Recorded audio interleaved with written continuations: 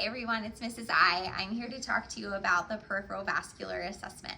So when we are looking at the peripheral vascular assessment, we are going to look at the upper extremities and we're going to look at the lower extremities. So upper extremities wise, we are looking for pallor, meaning the color of the patient's skin. Are they very pale? Are they normal body color? Are they having any pain? I'd ask the patient if they're having any pain. I would also want to check pulses. When I check the pulses, I'm going to grade it on a scale of a 0 to +4.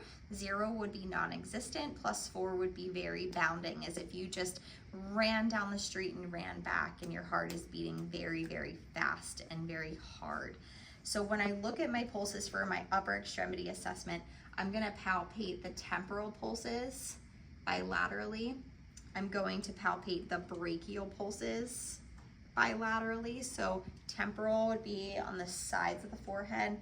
Brachial is going to be on the medial aspect of the upper arms, right here and right here. And then I'm going to come down and feel the radial pulses on both extremities. That is on the side of the thumb.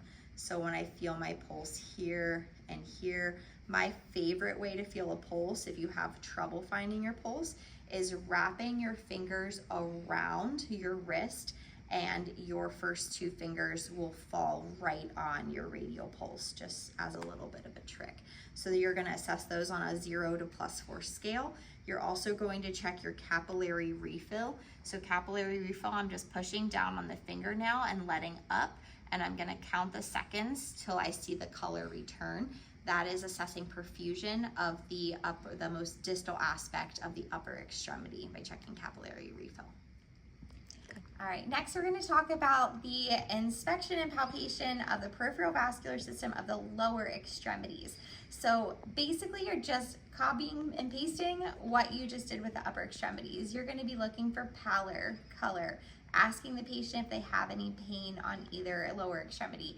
You're going to be palpating pulses. So in the lower extremities, we have 4 pulses we're going to take a look at and palpate. So we have the femoral pulses, which are located bilaterally in the groin area. So we have a femoral pulse here. We have a femoral pulse here. Just remember to always consider the patient's privacy when you're palpating femoral pulses. Now we're going to have the popliteal pulse, which is underneath the knees. You're going to palpate for popliteal pulse under both knees.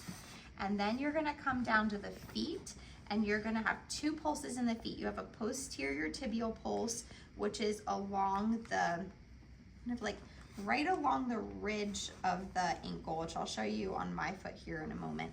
And then you have the dorsalis pedis pulse. So the best trick I can give you to find a dorsalis pedis pulse to start, and you can look at my up close series on the foot also to see this, is you take the second toe and slide your fingers down the foot towards the leg, and you should land right on the dorsalis pedis pulse. When you look at the, I think the up close series of the foot also has the posterior pulse on it, but really you're just going on the medial aspect of the foot, and you're gonna find this ridge. It's off the back of your foot, you're gonna find the ridge, and you'll be able to find the posterior tibial pulse there. After you find the pulses, then you're gonna be assessing for the paresthesias. Does the patient have any numbness or tingling? And then paralysis, can they move their lower extremities on their own? And then poikilothermia, which is perishingly cold. We're assessing symmetry always for all of these things. Is one extremity very cold and other one warm, or are they both cold, or are they both warm?